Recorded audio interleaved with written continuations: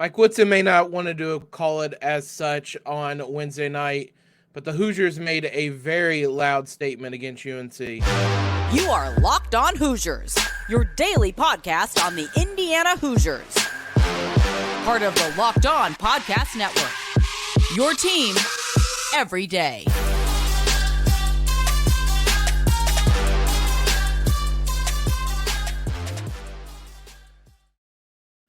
What is up, everybody? Welcome into what is surely going to be a very fun episode of Locked On Hoosiers, your one and only daily one-stop shop for everything IU athletics.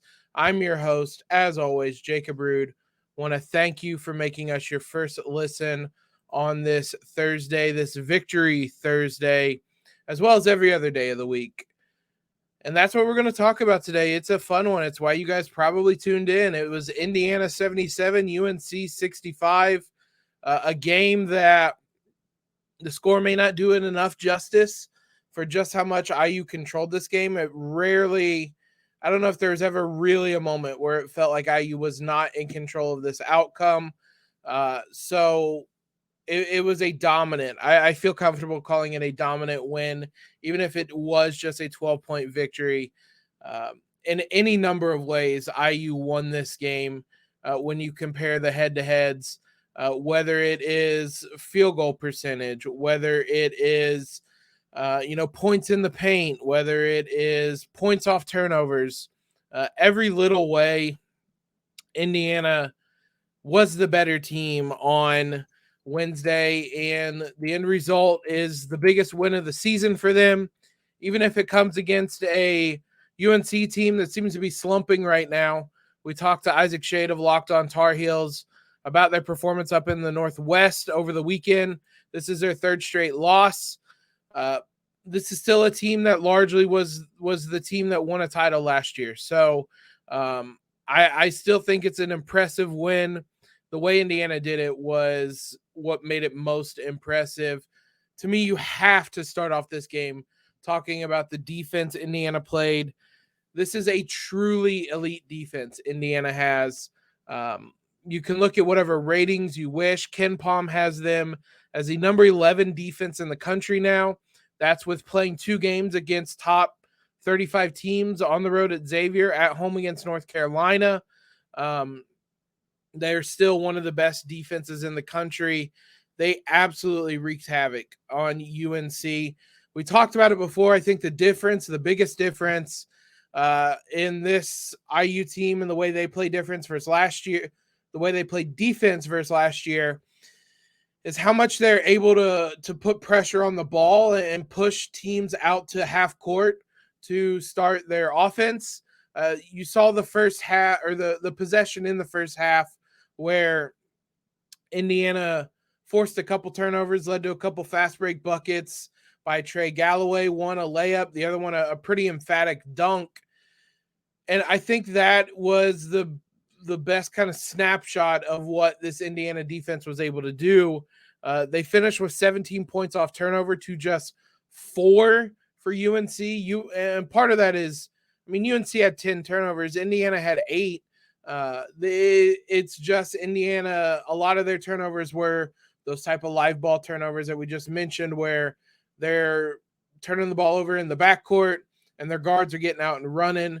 You saw Trayce had the one play where he comes away with the steal, gets it up to Trey Galloway in the second half, had that acrobatic finish. We're going to talk about Trey Galloway. We've already mentioned his name a couple times, but this was, the defense continues to be impressive. This defense is what's going to make them a national contender, and it's going to keep them in every game. When the defense is playing well, you're going to be able to stay in games no matter what your offense is doing. Now, with Trayce Jackson-Davis, your offense should be doing a lot every game, and Trayce was doing a lot on Wednesday, but that's what Mike Woodson has brought to Bloomington immediately, is this level of defense that is suffocating. You can use any number of terms: suffocating, strangling, anaconda like grip, whatever it is you want to use. I saw Zach Osterman throwing some of these these phrases, these words out, a vice-like grip, whatever you want to call it. That's what this defense was. UNC shoots 33.9% from the field, 27.8% from three, 5 of 18. A couple of those threes were not good. Indiana did well to force them into bad shots, and UNC made a couple of them. The second half specifically, though, UNC goes 1 of 10 from the three-point line. This defense is the most impressive part about this Indiana team to me, and this is the one complaint I have about this defense is the ticky-tack fouls. And I know there was a lot of focus on the refereeing. Admittedly, I watched this game after the fact. I followed along. I couldn't watch live. I knew the result, so maybe the emotions weren't in it as much to me.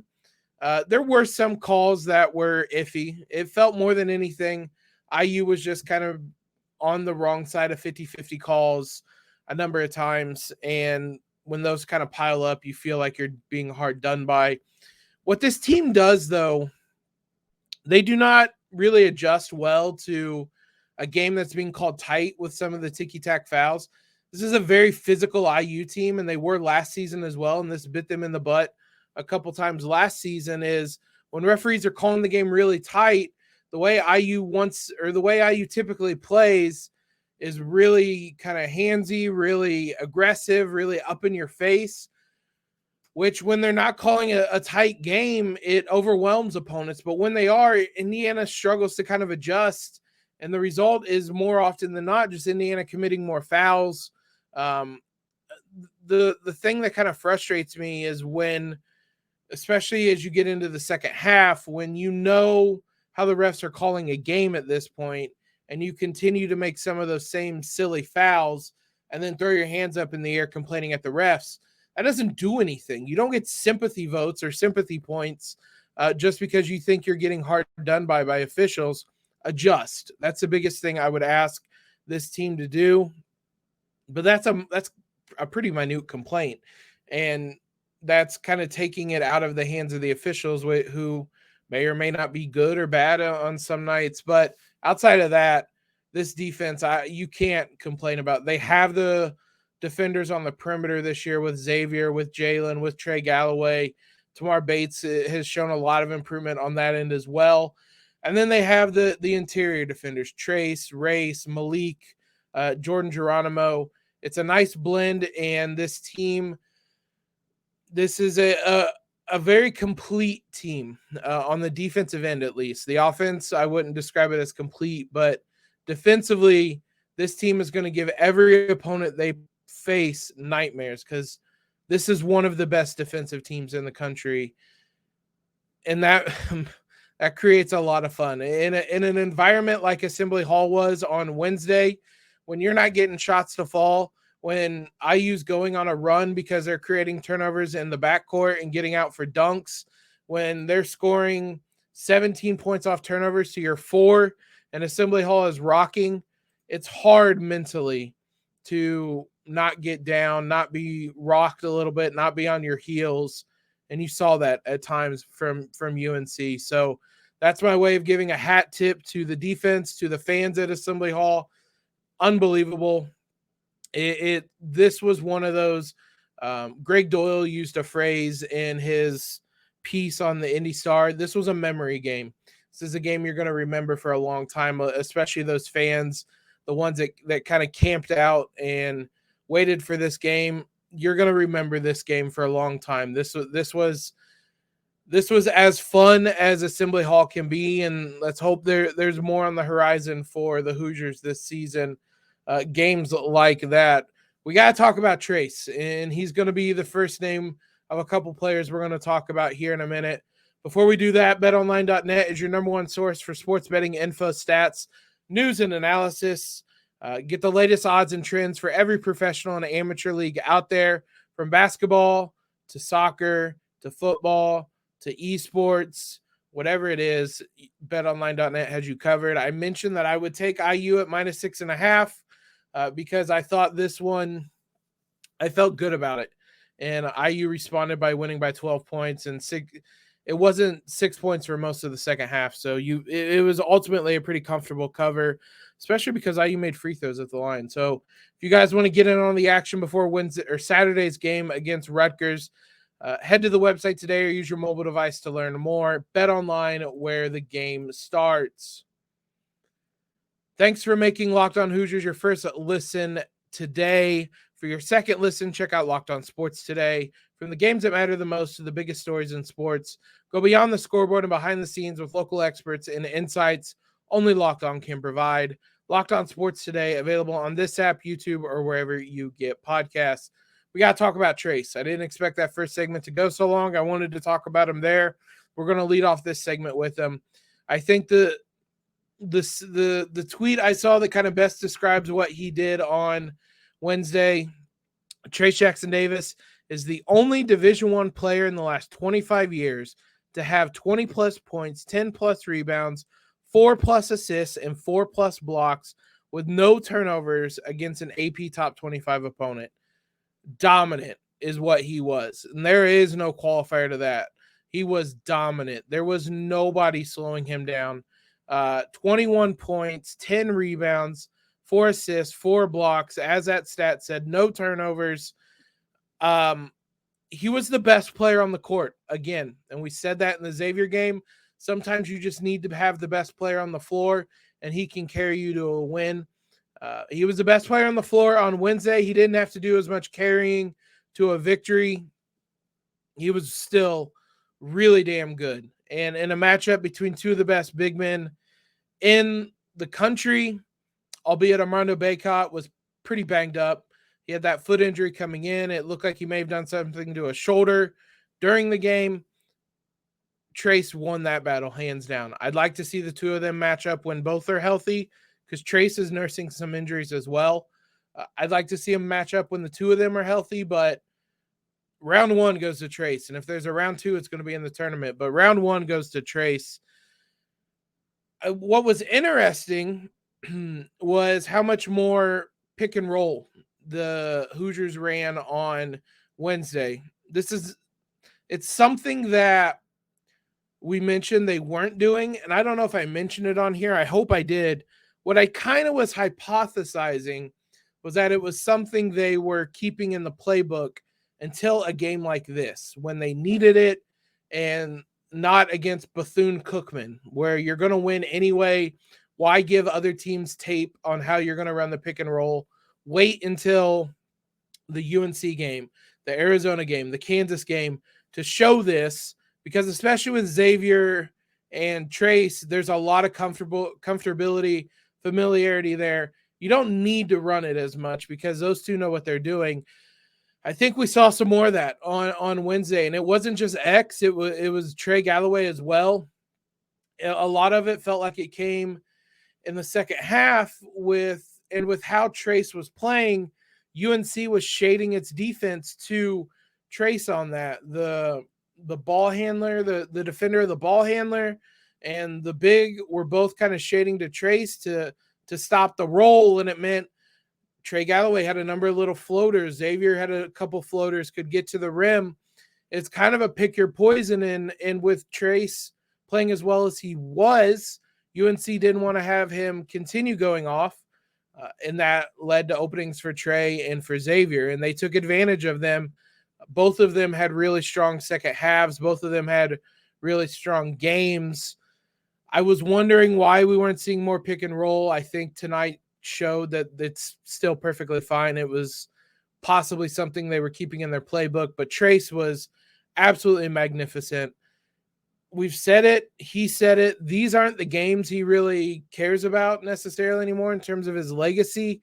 But if what he wants to do is win a Big Ten title, win a national title, in the big picture, these games matter. And this is another game that was a ho-hum 20-10 with 4 assists and 4 blocks in a performance that hasn't been done in the last 25 years. So I think everybody will take that, Trayce included.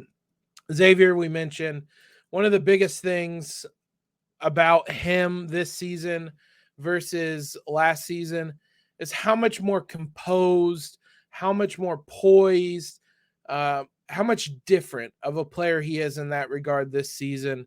Things could get wild with X last season. I think back to that Wisconsin game on the road where he had all sorts of opportunities, and it went awry, to say the least. On Wednesday, that was just kind of the latest example of his maturation as a player, and that he was taking advantage of the opportunities without being wild. And the result was 20 points, 8 rebounds, 4 assists. Most importantly, he was ice in his veins at the free throw line down the stretch, went 8 of 10 on free throw shooting. I think almost all of those came in the final 90 seconds, 2 minutes of the game. Couple steals added to that. IU had 7 steals. He had 2 of them. Just when you can go into a game, and we'll mention this later, when you can go into a game, at this point, I am confident Trayce and Xavier Johnson are going to play well against any opponent. And it may be the 50 some odd points they scored against Xavier. It may be 41 that they had tonight. Whatever it is, you know you're going to get a really high level of play with the 2 of them. There's a comfort to that. And we mentioned the defense is going to keep you in games. And if you have Xavier and Trayce playing at a pretty high level, that's going to win you games. So this combination is starting to play out, and it's a really good combination for Indiana because Xavier is just a whole lot more reliable this season than he was last year. Kudos to him for that's not an easy progression to make. Jalen Hood-Schifino, I absolutely have to talk about him in the first half. He had, that was a grown man first half. That was 14 points, 6 rebounds, 2 assists, a steal, 6 of 10 shooting, 2 of 3 shooting from 3. It was kind of a 2-act play a little bit, where act 1 in the first half was Jalen, act 2 in the second half was Xavier. Trey, Galloway kind of was a part of both halves, but Jalen was sensational with that 6 of 10 shooting, that 2 of 3 3-point shooting. On nights where he's going to get his 3-pointer to drop, he's going to be like damn near unstoppable. I was kind of debating in my head if that's a word I wanted to use, but yeah, that first half, damn near unstoppable, because defenses are just going to dare him to shoot threes, and when he can make them, even in short spurts, it's going to change how defenses react to him. He's a smart enough player, a good enough player to take advantage of that when defenses react in those types of ways. It was obviously and easily his best half of the season. He broke out of that shooting slump in the first half. It was a great night for him to get back on track. It makes me really excited about what could be in store for him moving forward. Last guy worth mentioning, we did a couple times, is Trey Galloway. He is going to be super important this season, and some actions that we saw him run a couple times. It's going to be kind of that secondary playmaker role where you have on the strong side of the court, Jalen or Xavier running maybe a pick and roll with Trayce or Malik. It doesn't necessarily create a shot. You swing the ball around, and then suddenly you have Trey and a big man against a compromised defense that was shading over to help. And if you react quick enough and run a pick and roll quick enough, you get sets where Trey can get to the rim and get into the lane. And I think that's going to be an area he has a lot of value this season. He's an improved ball handler. We saw that even at the end of last year, out of necessity in that Northwestern game. He was 5 of 7 on Wednesday, only 1 3-pointer attempted. But obviously all this goes along with him being just an incredible defender, an enveloping defender on the perimeter. And he is just as important as anyone is on the defensive end of the court. He played 23 minutes on Wednesday. That was the 5th most minutes. He played more than Miller Kopp, who started. We saw that last year.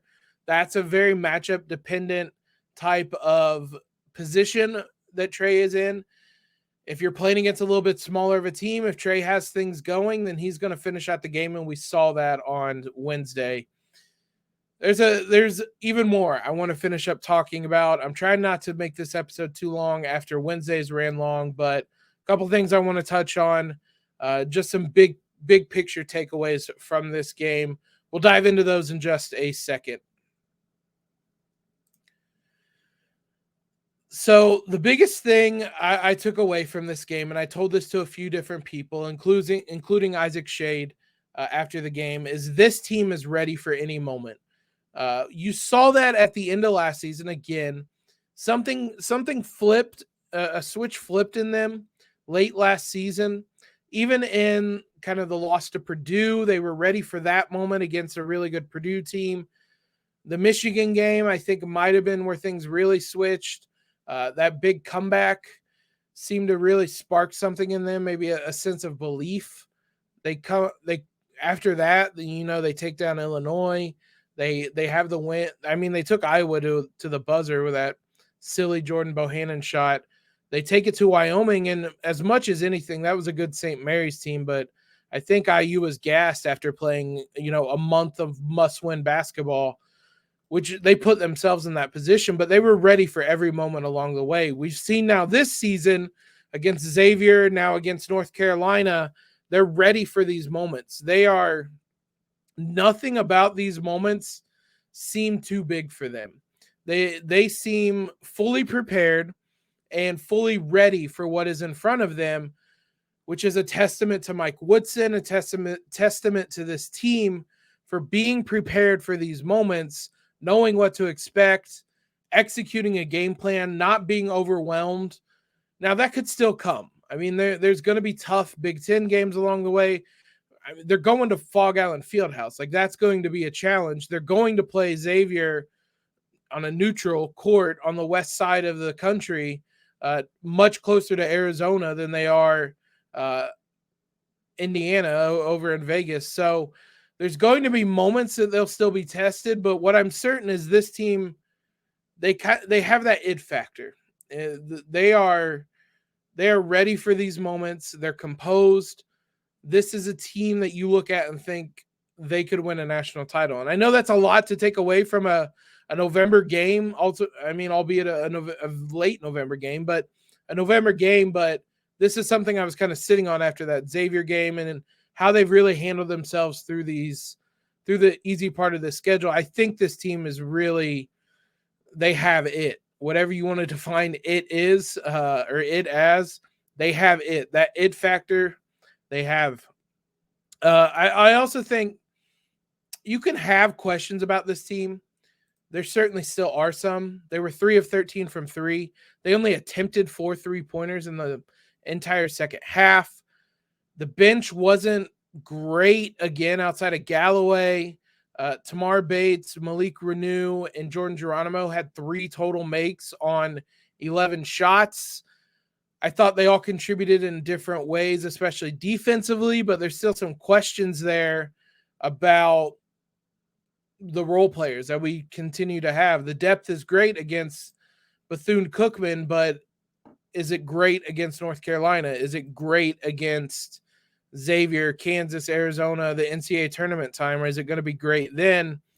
That might be my biggest concern about this team right now, is this depth kind of answering the bell.